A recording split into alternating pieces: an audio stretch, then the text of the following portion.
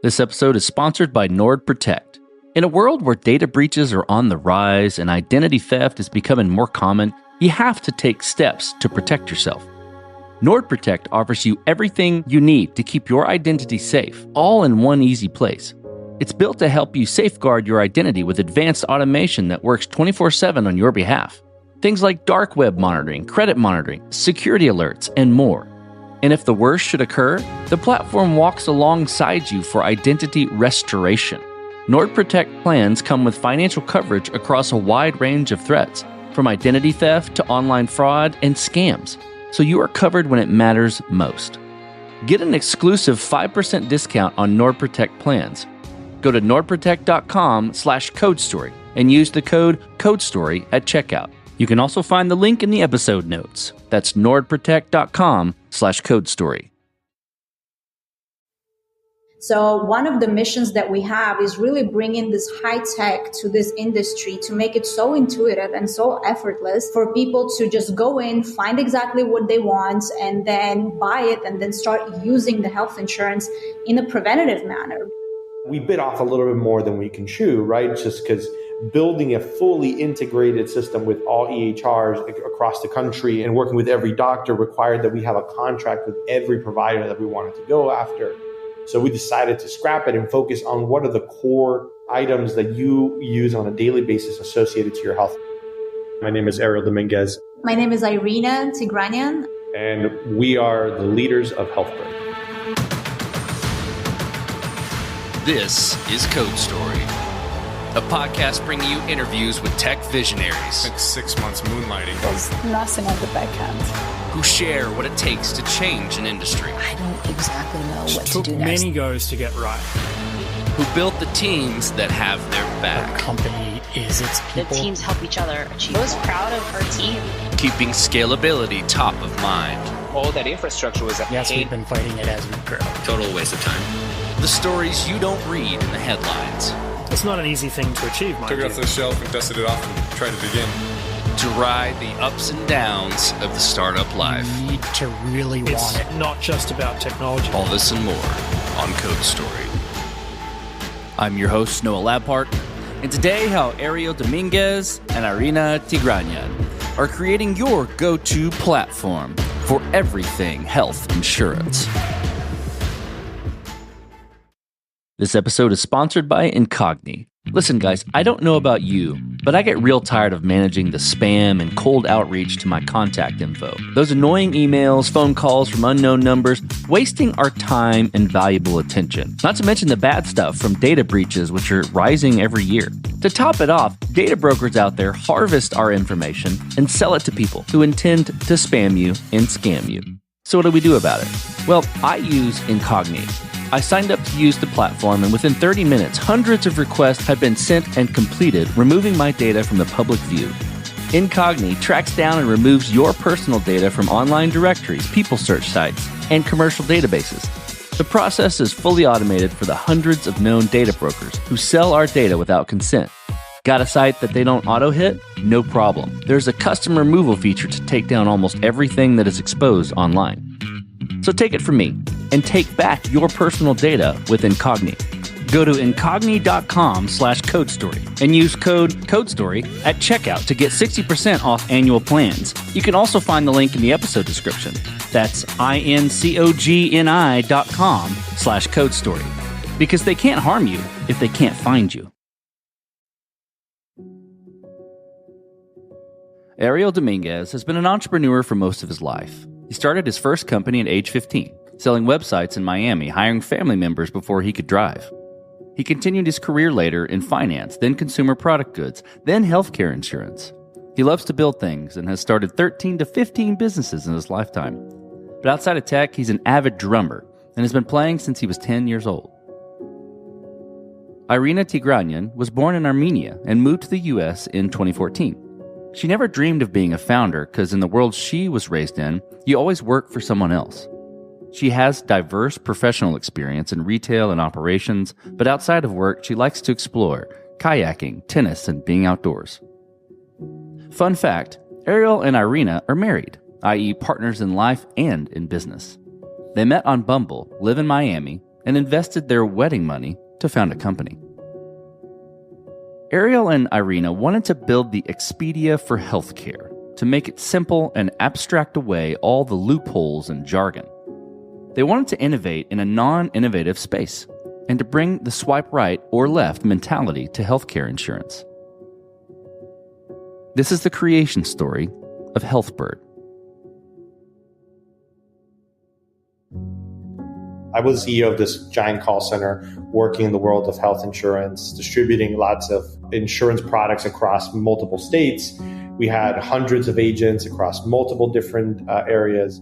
It's a really crap experience for the customer, unfortunately, right? The customer has to pick up the phone, talk to an agent, spend hours on the line to figure out what type of health insurance is going to be suitable for their particular affordability, for their needs, for their medications, for their hospital coverage, everything they need.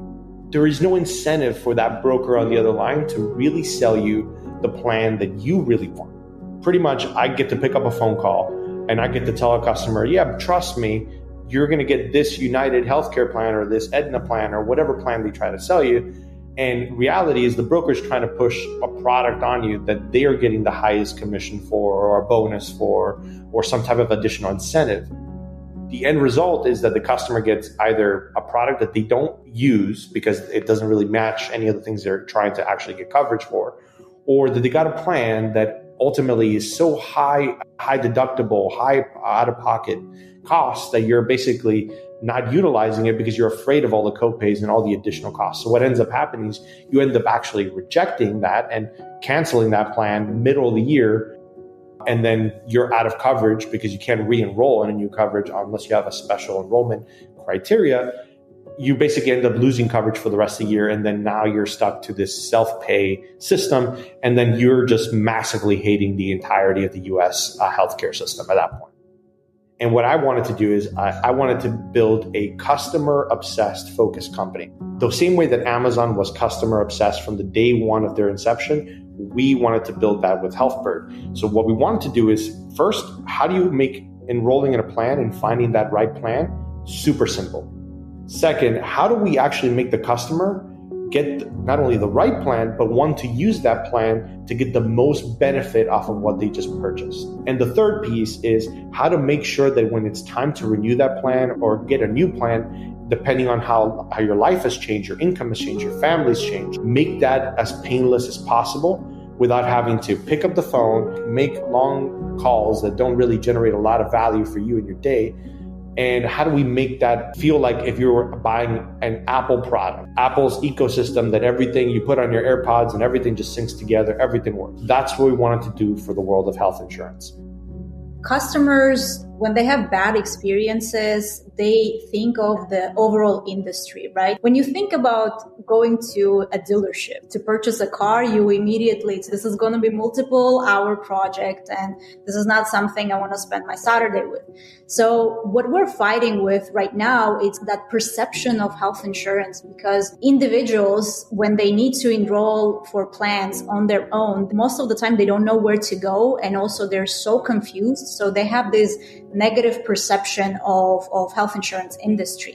So one of the missions that we have is really bringing this high tech to this industry to make it so intuitive and so effortless for people to just go in, find exactly what they want, and then buy it and then start using the health insurance in a preventative manner. Because as we're growing older, our health is so important. And no matter what you do, you have so much stress in your life, especially if you live in big cities. So what Ariel, myself, the team at Healthbird, what we're trying to accomplish is to bring back the time that individuals would be to spend on searching or stressing out what health insurance do they need, whether their doctor takes the insurance or not, to bring back that time, just expand it however you like it, because we have the technology to solve your problem. Let's dive into the MVP. So that first version of the product you built, how long did it take to build and what sort of tools were used to bring it to life? The MVP, we actually decided when we just registered the company, we're like, you know what? We're not going to call it MVP. We're going to call it MLP, the minimum lovable product. So I think we're still going over so many iterations based on the customer feedback that we're receiving. But the first prototype, Ariel, how long did it take for us to build? Roughly 7 months between design, inception, and launch readiness. So yeah, it was about 7 months. We started in our apartment. We started with weekly meetings with early members of Healthbird, early employees of Healthbird. It was just like starting as a conversation. What are the features that people need to use when they think about health insurance? It looks pretty different today. So for any of the business owners out there, whenever you have an MVP, most likely it's not going to be the final product when you release it. But it's always great to add all the features that you think at some point you will be able to release. When you're building an MVP, when you're building any early version or MLP, as you mentioned, any early version of a product, you've got to make certain decisions and trade-offs. It sounds like you went through the exercise to figure out what sort of features you wanted and maybe what the dream was. But tell me about some of the hard decisions and trade-offs you had to make in that early version. You know, maybe it's around technical debt or feature cut or, you know, approach or anything like that. And I'm curious about how you coped with those decisions. One of the issues that we had was actually finding and talking to the doctors, right? So one of the early features that we always thought about is like, how do we integrate all your lab testing, all the other stuff that really makes your healthcare run, right? So when you get health insurance and you want to use it, you go to your doctor, you go to your primary care or a specialist, you get a referral to go to an XYZ doctor, and then you get some tests done, and then you get the test results. The way it works is it's all attached to an EHR, an electronic health record, and those EHR systems like Epic, CareCloud, etc., all of them are disparate systems. They don't really talk to each other. They don't talk to any of the other apps. Your health insurance app, let's say you buy Cigna, doesn't talk to any of those tools, only on a claims version. So everything's a little bit lost from a consumer perspective. So one of the biggest things that we wanted to do from the get-go was to like, how do we integrate all those components of your health into one singular ecosystem? But we bit off a little bit more than we can chew, right? Just because building a fully integrated system with all EHRs across the country and working with every doctor required that we have a contract with every provider that we wanted to go after. So we decided to scrap it and focus on what are the core items that you use on a daily basis associated to your health. That's your health insurance ID card. That's information related to your plans and your billing. All those little tiny components, right? We wanted to make sure that we simplified those first and focused on those before we went and then build this other kind of massive next phase to the platform, which would be that all-encompassing app that you use for everything related to your healthcare management. So that was one of the compromises we had to make early on the vision of the company. But we also made other compromises, like basically getting rid of certain features like RX at the beginning, right? We basically said, look, we'll launch without the RX feature right away, but then we'll do RX down the road as the next piece of the puzzle that we're going to try to solve. So we had to make a lot of that for that first MVP or MLP, as we call it. And then really had to build very quickly and iterate upon that to make it functional to the level that we were trying to really get customers to come back on a daily basis and use not only the insurance that they bought, but use our app to manage that insurance they bought. And we suffered a ton of technical debt. We had to restructure databases. We had to put together an entirely new CRM from the ground up. We built our own CRM from the ground up because we didn't have the budget to go and get like a Salesforce, right? It was too expensive for all the licensing fees we would have to pay for that. So we built everything in-house. And so that took us a lot longer with a lot more work and a lot more money sunk into the actual tech build. But we learned a lot from that. And now that that kind of hump is over, we now have one of the most robust CRMs in the entire health insurance industry. So much so that we have brokers knocking at our door to license our CRM from us because it does everything that they've always wanted to do and more. So those are the trade-offs that we had originally, but now they've become really big pluses for the company. It's spun up into its own different solution. let's move forward then. So you've got the MVP, it's working, you've worked through the trade-offs, and now, you're at a point where you're gaining some value. You mentioned the CRM, the working MVP with the features that you needed. How did you progress the product from there and mature it? I think to wrap that question in a box a little bit, what I'm looking for is how you built your roadmap and how you went about deciding, okay, this is the next most important thing to build or to address with Healthbird. One of the important things when we're building a company such as Healthbird, that is not only a health insurance tool to help to find the right insurance, but also to help you utilize your insurance, it has multiple components. When first we had the idea, we're like, okay, first we're gonna help people find the perfect insurance plan for them, and then we're gonna provide this app, and we're gonna do it everything at the same time. But after eliminating a couple of features and really building the actual MVP, not the MLP, we realized that we first need to focus on one thing, which is getting the enrollment piece of health insurance right. That way, when customers come in, that first interaction with our platform on the web is very easy, and they have this type of preview what their health insurance experience could be. So we decided to focus all of our efforts from the marketing to engineering team to focus on that first enrollment piece, which means you go in, you enter your zip code, and you see what are the plans that you qualify for. How much would it cost you? What are the doctors that you would be able to go see, the in-network, out-of-network, and everything. So once you enroll, that is the first step for you to have that discovery with Healthbird, your discovery interaction with Healthbird. And once we got that successfully done, after I think 19 iterations of our platform, we decided to move to the app. That's when we started to really develop and release all the features that we've discussed previously. I think focusing on one segment of the product is crucial for any company.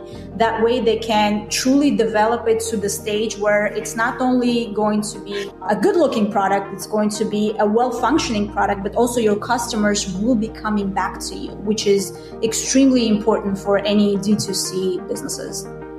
One of the biggest struggles I think that a lot of companies tend to do, especially early startups, you tend to want to take on the world and more, right? You want to do everything possible to make your product like the standout shining beacon of hope, right? But the problem is that you only have 24 hours in a day, and you can't really force everyone to work at the same pace that you have, right? Not everyone has the same buy-in as the founders. You have to set expectations and narrow in your focus on what you can actually achieve within budgets, time, and really the goals of the company. Early on, we tried to do a lot with the product, and then we had to really condense it down to what is the core business. As Irena was mentioning, the core business is helping you enroll, finding that health insurance plan for you. So we focused 100% on that, dialing that in, making that the best possible experience, taking all the customer feedback, focus group feedback, even just family and friends feedback that we had to basically build multiple iterations of that particular part of the product. Once we felt that was dialed in, then as Irena mentioned, we took on the app, and then we took on all the other stuff. Then we started dialing in all the database pieces that I was talking about with the CRM, building a more comprehensive solution to automate the back office administration for the customer service. We even built an AI chatbot with our own LLM that has all the information around Healthbird, health insurance, and healthcare.gov that helps you basically answer any major question that our customer service team can do on the phone or via chat. Now you can do this with a real-time chatbot that does it in a more effortless and seamless manner. We started rebuilding and reorganizing how the team was set up as well. We, instead of having everybody work on everything at the same time, we started building product teams. You are the mobile team, you are the CRM team, you are the web PHP team. Building those segmentations really helped start building not only a more comprehensive product for each of those divisions, but build better results for the customer, because now things weren't crashing as often, the bugs weren't as visible, there were less complaints from customers' end, and really a higher output of like good feedback, right? Then, oh, I love this feature. How can this feature be more robust by doing this? Giving us not only positive feedback, but also giving us ideas for future iterations of that product, because we started segmenting our business a little bit more. around that. So I think that's been really the key to our last full year of business, has really been segmenting that and building the product into groups and then really developing those groups internally with a better product as well as the end result for each of those groups. I hear you saying we, and I know you two are a unit in life and in business, but I'm curious about your team outside of you two. How did you go about building your team? And what did you look for in those people to indicate that they were the winning horses to join you? We were able to build in a winning team, and we haven't had any changes since really early on in our operations. Like almost everybody that's been with us has been with us since the beginning of the company to date. So the biggest issue that we face with finding a team is finding a team that would believe in us, but would do it at a lower cost, because we didn't have obviously the money to pay a lot of the big salaries that they were already making. What I did is first I found people that I could trust. I obviously trust my wife and my co-founder, Irena, with my eyes closed. So I wanted somebody who can do that for every part of the business that we wouldn't touch. That would be like compliance. Who can we bring on to help us with the experience of compliance, but somebody we can give the reins of that particular division and say, hey, help us, guide us, and steer us in the right direction with us without us having to really micromanage and handhold. And so we started trying to find who those people were. And they started coming to us to an extent. Like once we started talking out there with people that I knew from my previous companies, or just people that I had brought with me for over a long period of time, I told them about what we were building, the idea, and they just gravitated towards naturally. They said, look, I want to be a part of this. I don't care how much I get paid. I don't care what happens, right? If it fails or succeeds, I just want to be a part of the journey. We found that there was a lot of people that we could trust, that were specifically good at what they were doing, and with the right push from our end and the right passing of the mantle in a way to them for that particular project or area, they could be an extreme success in that role. Some of them were transitioning their careers. Some of them were bored and tired. And our CFO, I'll give an example, she had just finalized a sale of a $450 million company, which she was the CFO of, and she was looking for the next thing in her life. She was going through a restructuring of her own personal life, financial life, and she was trying to find the next project too that would be exciting, fun, but wouldn't be just the same old corporate dynamics that she was used to.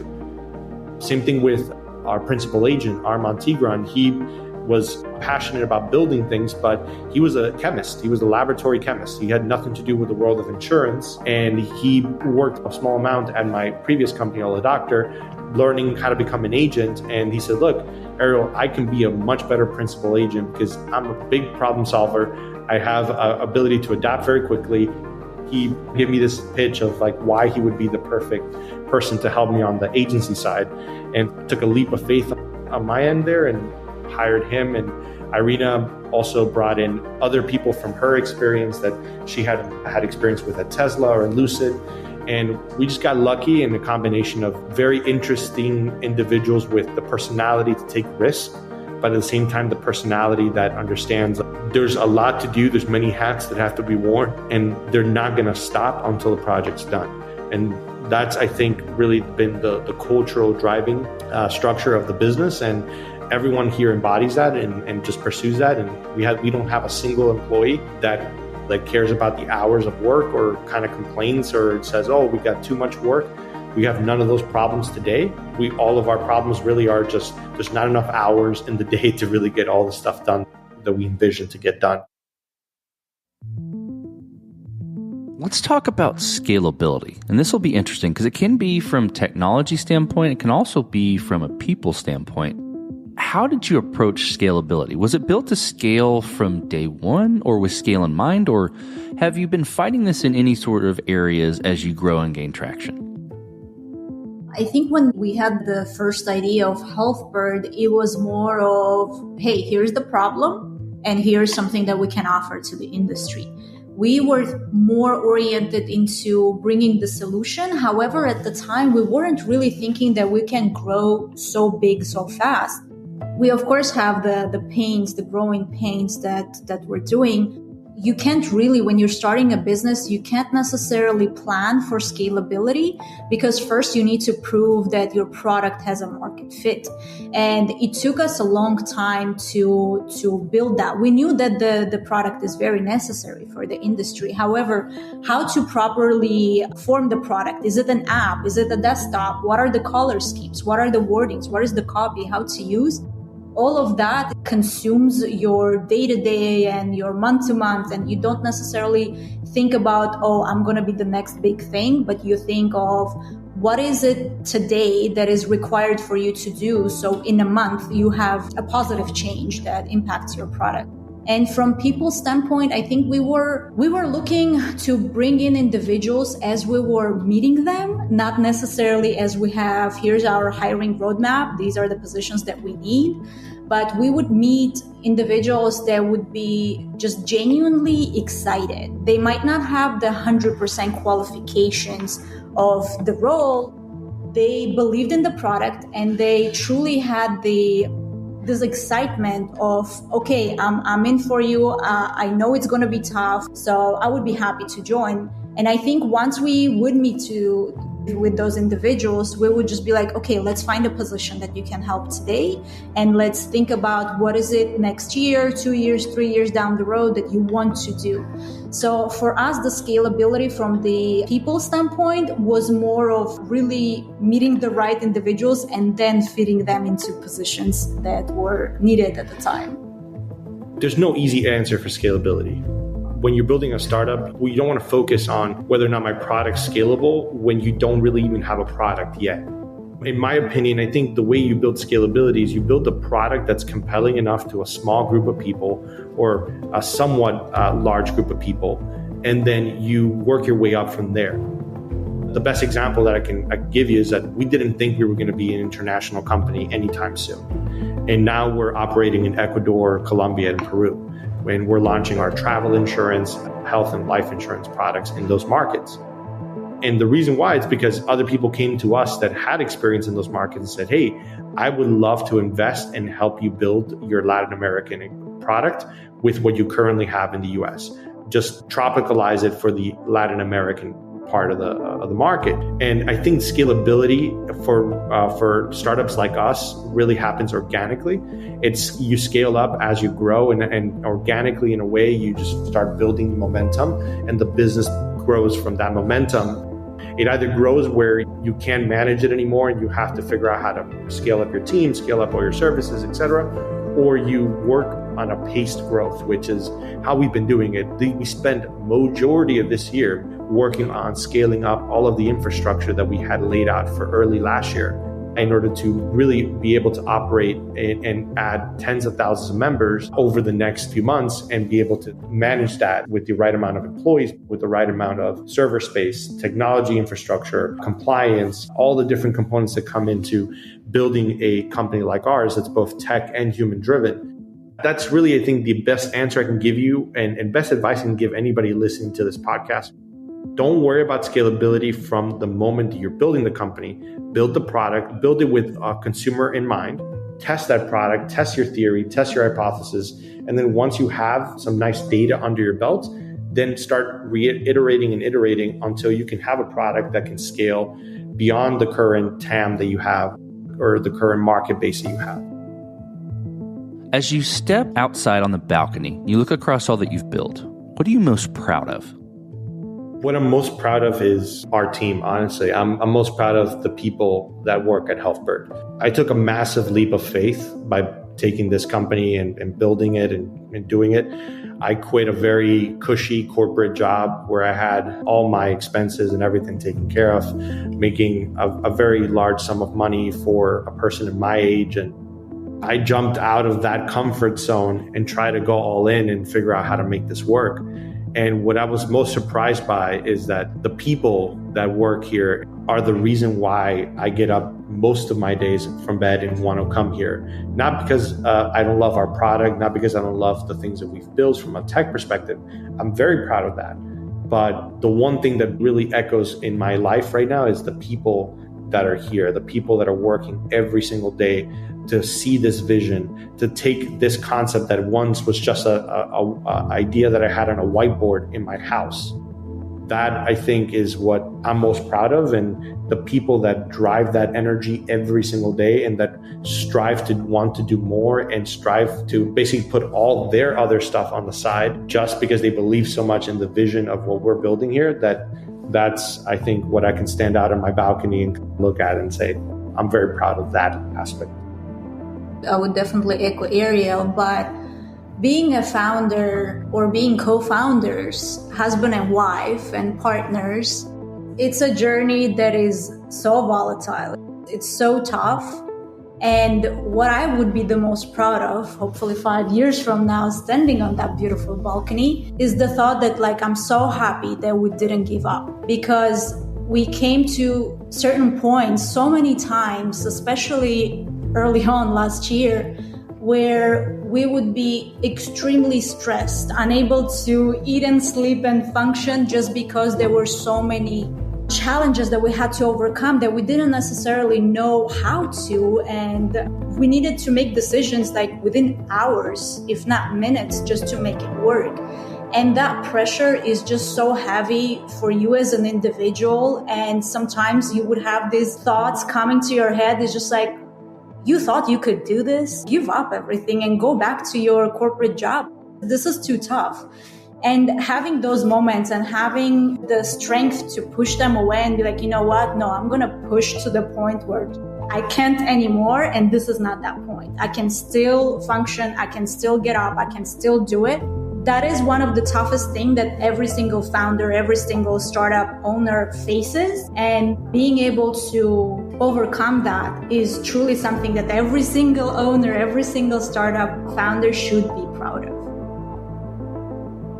Let's flip the script a little bit. Tell me about a mistake you made and how you and your team responded to it. So when we launched our product, the first 3 weeks of launch, we enrolled 10 customers. So we thought we had built a crappy product or product that no one really cared about. I had this assumption, right? If you build it, they will come. Field of dreams kind of analogy there. But the problem is that that's not true. People don't really care about your product as much as you do. They don't trust you, nor do they care to really try something new because it comes with potential perils, right? And so our biggest failure, I think, as a company and personally, was that we assumed that the customer would immediately love us and switch over once we showed them how cool our platform was. But that wasn't true. What the customer really wanted was to feel reassured. And the way that the industry was doing that is through a call center. All they wanted to do was talk to a customer. They wanted to talk to a person and feel reassured in that way. What I truly saw as a struggle was, man, did we just build the wrong product? Did we build a product that the market wasn't ready for? Are we pioneering something so new that people just won't use it? And I think we had a lot of that debate. And so I think that was one of our initial mistakes in the assumptions that we made around the market. And we learned from that very quickly, but it did cost us a lot of money and a lot of time to figure out why we were failing and why things weren't working as originally perceived. Another struggle is, and I think every business can relate to this, is finding the right investors and finding the right backers for the business. We took on different investors early on and finding the right mix of them. We didn't want to dilute our shares and our ownership in this business that we love, but we also needed the capital. So a lot of the early mistakes that we made was assuming that we could bootstrap everything and that everything was just going to be easy for us to scale and do with our own capital, and that we were not going to need outside capital. And then another mistake that we made was assuming that all capital is worth the same, that you give us $100,000 or $1 million, and if it's money, it doesn't matter. All money is green. That wasn't true. And I think that's a big mistake that we made early on, assuming that all the money from these investors and we would bring into the company was going to be worth equally the same amount of weight. It took us about a year to redefine that strategy on the investment side as well and make sure that we aligned ourselves with the right proper investors that knew what we were building, understood the foundations of the company, but also backed up what they were talking about, right? From not only from a capital perspective, but from finding partnerships and strategic other investors to bring on to the cap table to really help scale the business. This will be fun to ask. And I always love to hear the passion from the founder's perspective on what the future looks like. So tell me what the future looks like for the product and for the team at Healthbird. I want to be ubiquitous in the world of health insurance. When you think health insurance, I want you to think Healthbird. The same way when you think like book shopping or online shopping, you think of Amazon. We want to be the company that everybody understands and knows for this particular solution, right? But beyond that, I want to be your all-encompassing health management. Healthcare doesn't have to suck. It doesn't have to be a horrible nightmare of a mess to manage. It could be pretty much as simple as logging into one platform and just having all of your data and all of your information at your fingertips. And I think that's the future of the product, right? The product itself naturally has progressed into becoming a tool for the consumer to utilize for their health management, for their insurance management, and for also the brokers, right? So another iteration of the product that we've now just has naturally happened is insurance brokers that are selling this product as a call center or within the same space. They are looking for a technical solution that can be a lot easier for them to manage their customers, for them to give their customers additional benefit. And this is not something that naturally happens for them because they don't have a development team. They don't have a tech team majority of the time. These are small mom and pop brokers. They're your local insurance agents and local insurance agencies that have 3-4 employees, all of them being usually family. And they're not able to scale their technology. They're going to find technology is going to be very expensive, and it typically has to be customized and won't fit exactly their need. Where I think a natural fit of our product is also the solutions for the brokers will become an extension of our business, much more faster growing than we originally ever intended or even thought it would be. Just because our product is so well developed for this industry and for solving the problems that we had to solve for ourselves. But it's the same problems that a lot of the same companies deal with on a day-to-day basis. It's how do we take our tech and now help them solve their problems, not just ours.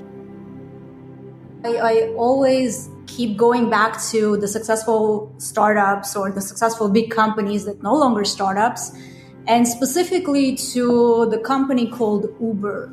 When they first launched, they had this crazy idea of, you request your ride, you get into the car with a stranger, and you just ride for, 5 minutes to multiple hours with that individual. And I always keep going back to that thought, how they made the customer feel safe. So I think when I think about Healthbird, I want the same level of trust from our customers, from the first interaction or from the first moment that they hear about Healthbird, they discover something like Healthbird, that they know they can rely on us, that everything that they have going on, whenever it comes to their healthcare, their health insurance, it is going to be solved because we have not only the technology that's helping them, but we have qualified individuals sitting behind their smartphone screen and able to assist them with their questions, their problems, their wonderings, anything that they have. It would be really establishing ourselves not as the tool that can help you solve certain challenges that you have today, but that can be the tool that you can rely on. I want Healthbird to become a verb. And what I mean by that is when you look to travel somewhere, you're like, I'll just Uber there. When you look to search something on the internet, you're like, I'll just go ahead and Google it. So what I think of right now, it sounds extremely weird to say, I'll Healthbird it. But hopefully in the future, that does become something that people will just be using. So I want to hear from you both around influences. So who influences the way that you work? Name a person or many persons or something you look up to and why. Ariel and I had to take a road trip to visit and spend time with our families. And we found on Spotify, there is this book, like everyone were talking about it. It was released so many years ago, like how come we never listen? And it's about someone that I admire personally, that I worked for in the past. We started listening to the book, and all the crazy ideas, all the innovations that he was bringing to the table, and something that no one would ever take seriously. That individual is, of course, Elon Musk. When he had the idea, I'm just going to build the next spaceship. I'm just going to build the next electric vehicle company. I think he is definitely an inspiration to a lot of people, not only by the ideas, but also by the way he works, by the commitment that he has, that no matter what happens out there, I have a mission. I have this one thing that I'm focusing on within the next 1 hour, and that's it. No one will ever distract me from it. So I think Ariel and I both were on some level inspired by the book, so much so that we had to call in a 3-hour meeting with our executive team and make some changes within the structure of the company and the meeting types and the agendas and how are we going to be more efficient and much faster. I love Elon, and I love his ability to take a non-standard business and make it known for SpaceX or Tesla, known for basically pioneering or revolutionizing an entire industry.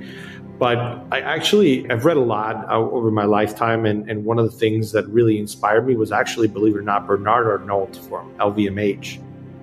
How a guy that really ultimately didn't even belong in the luxury goods market took a company that was flailing and dying from nothing to the most well-known luxury goods products in the entirety of the world.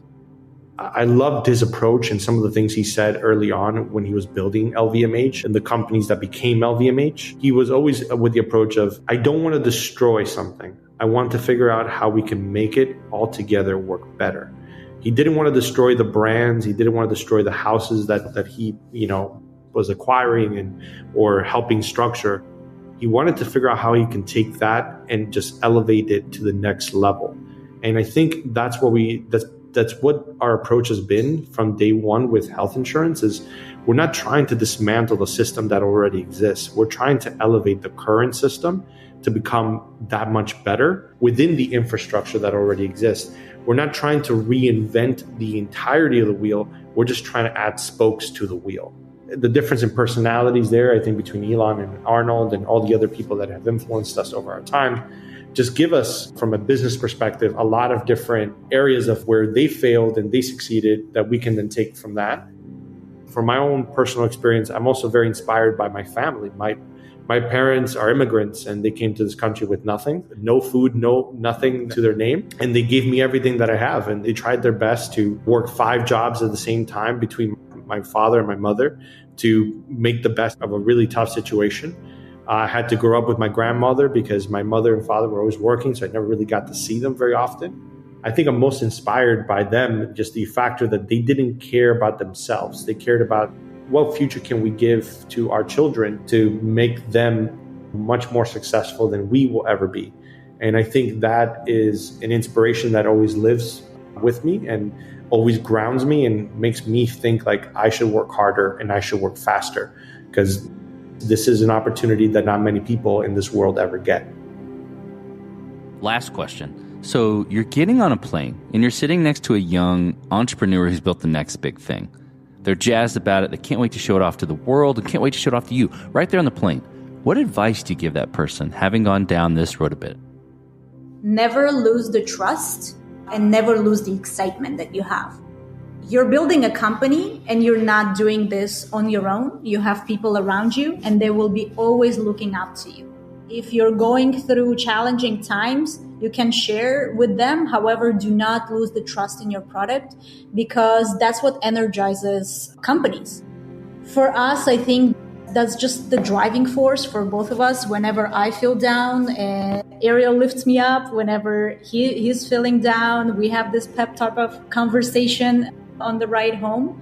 So believing in what you do and really always going back to why did you start the company? Why do you think it's important?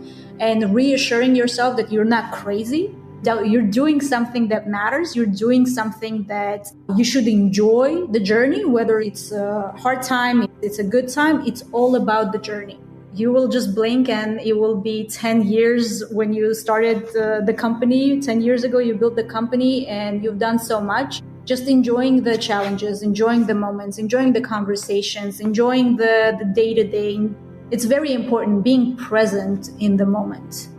From a business perspective, my answer will always be is like challenge yourself to think like your worst critic. If you were the customer that really hated your product, why would you hate it? If you were looking at it from the perspective of a customer that would give you a 1-star review, why would that customer give you a 1-star review? What is lacking? What's missing? What's the feature you think you got right, but reality doesn't work as well as you envisioned? Really be critical about your product. Believe in your product. Like Irena said, don't throw the baby with the bathwater, but be hypercritical about your own product. Because if you're your own worst critic in that way, then you're able to then be able to build and find the bugs and the opportunities for expansion within the product that you never thought would be existing there. Don't believe the hype, right? The hype does die down eventually. So I think also that would be the other thing. Even if you build the next big thing, don't let it go to your head. Focus on the team, building the right people, bringing the right management, and building the right product development and the right product scoping for the next iteration.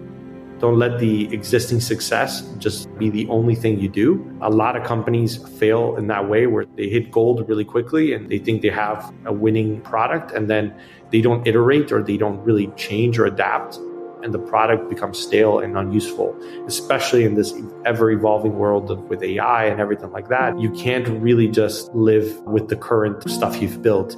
You got to, even if it's working and you're getting tons and tons of money and everything's working out in that way, you're still just a few weeks away from failure. If a company comes in and does something better than you, you got to really build something that is defensible, that is structured around the future of that industry and that product, and continuously iterating upon how to improve it. Fantastic advice. Both sets of fantastic advice. Well, Ariel, Irena, thank you for being on the show today. Thank you for telling the creation story of Healthbird. Thank you so much, Noah. Our pleasure. And this concludes another chapter of Code Story.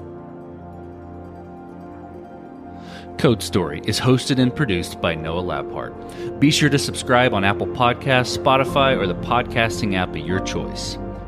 And when you get a chance, leave us a review. Both things help us out tremendously. And thanks again for listening.